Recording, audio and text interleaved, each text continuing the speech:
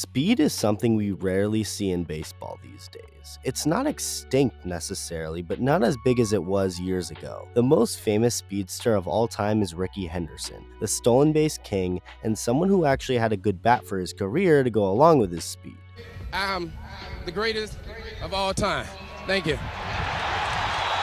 He got on base a ton, but what he'll forever be remembered for is what he did once he got on base, which was stealing the next one with ease. To steal bases is something that's definitely gotten lost over the years, but there are still some players in today's game that are able to swipe bags at a high rate. Starling Marte led all of baseball with 47 stolen bases in 2021, followed by Whit Merrifield who had 40, and then Trey Turner who had 32. There is one incredibly fast player though who is unlike any other. That player's name is Terrance Gore. Terrance Gore is one of the oddest occurrences in baseball. He never gets to play, has only 67 career at-bats despite being in the league for 7 years, has never hit a home run, is a career .224 hitter, only has 15 big league hits, and 77 plate appearances. Yet he has more rings than most players in baseball. So why is this the case? What makes him so special? And why does Terrance Gore have one of, if not the most bizarre careers ever?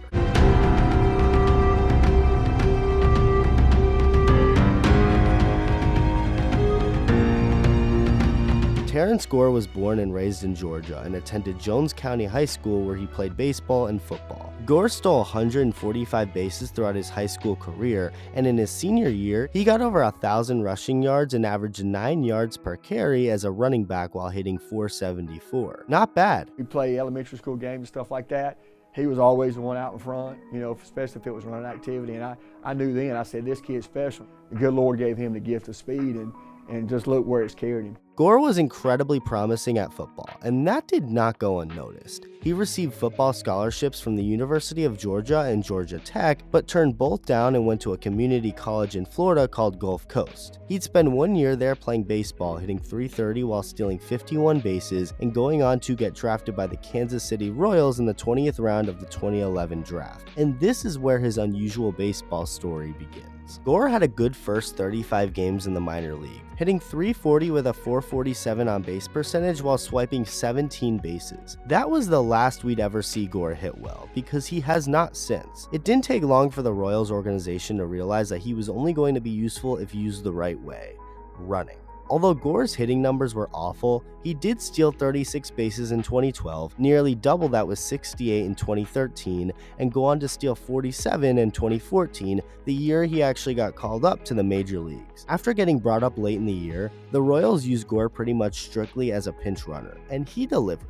He appeared in only 11 games that season, had 2 plate appearances and a single at-bat, yet stole 5 bases while scoring as many runs. Gore got 4 more plate appearances and 3 at-bats in 2015, stealing 3 bases and scoring a run. He'd get put on the ALDS and ALCS rosters that postseason, but not the World Series, one in which the Royals would go on to win. He appeared as a pinch runner twice that October, stealing a base and later getting a World Series ring. At this point in his career, Gore has more World Series rings than hits, and this would last for almost 3 more years. 2016 had Gore appear in 17 games and 3 plate appearances where he'd steal 11 bases and score 6 runs. In 2017, he stole 2 bases while also getting caught twice after having 5 plate appearances, but stepped up his game in a big way in 2018 after getting traded to the Cubs, stealing 6 bases and finally recording his first ever major league hit, doing so off of Max Scherzer. The postseason rolled around, the Cubs lost the winner-take-all wildcard game against the Rockies, and Gore became a free agent. But none of that happened without the lack of some drama. The Cubs were down 1-0 to the Rockies in the bottom of the 8th inning when Anthony Rizzo lined a 2-out single into center field. With the season on the line and Chicago needing just 1 run to tie,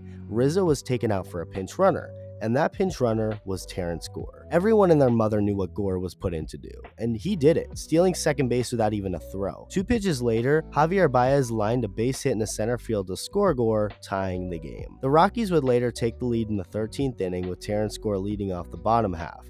After working a 3-2 count, he'd swing at ball 4 to become out number 1, with the Rockies getting the next 2 hitters out to win the game. Gore became a free agent and returned to the Royals, signing a one-year deal and having the season of his life so far. He went out and actually did pretty well for someone who was never a good hitter, hitting .275 with a .362 on-base percentage and a .715 OPS, stealing 13 bases. The 58 plate appearances on the season was a career high, along with the 14 hits, but on July 12th of that year, he was designated for assignment, going on to get picked up by the Yankees, play in their AAA affiliate, and then become a free agent yet again. In February of 2020, the Dodgers would sign the speedster to a minor league deal, where Gore would go on to make the opening day roster for the shortened season, playing one inning as a defensive replacement in the outfield and as a pinch runner before getting designated for assignment just a week later after making the roster. He was later put on the Dodgers postseason roster at the start, but never played. He never had a plate appearance with the Dodgers and was in just 2 games with the team during the season. LA went on to win the World Series, so add another ring to the total. In February of 2021, Gore signed a minor league deal with the Atlanta Braves and actually did alright with their AAA affiliate throughout the season. His average was bad and his OPS was bad, but he had a good on-base percentage at .361, getting 85 plate appearances overall and stealing 18 bases. He didn't get a single plate appearance with the Braves during the season, but was called up to the 26-man roster on October 8th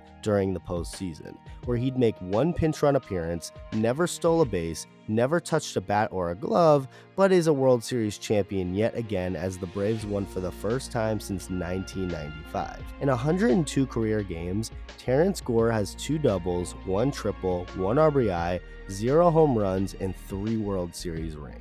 What a legend.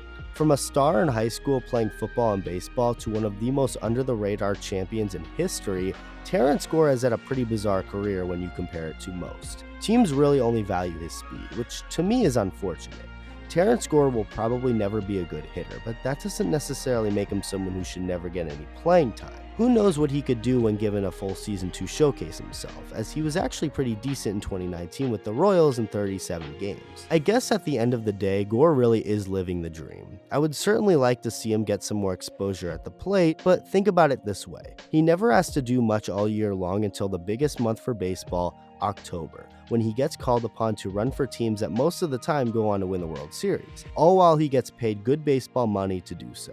So I guess that will do. He really does seem like a nice and selfless person. I mean, you would have to believe he does with the roles he's accepted on teams. Here is something he recently said that pretty much defines who Terrance Gore is. Quote, "Any way to make the team win, I'll do it. If they told me I had to go climb up this pole and change this light and you'll win the World Series, I would freaking climb that pole, and I'm scared of heights." End quote. This quote by his mother, Terrance Gore, also sums him up pretty well too. Always loves to run around everywhere. All you see him just running. It's funny to think about what Terrance Gore does in the offseason and really all year long with the free time he must have. I'd like to think that this is pretty much how it goes. But I've never had anything compared to being able to coach somebody like Terrance, where you had somebody that fast and you just kind of sat back sometimes and just kind of smiled and watched him run. Let me know what you think about Terrance Gore, and thank you for watching.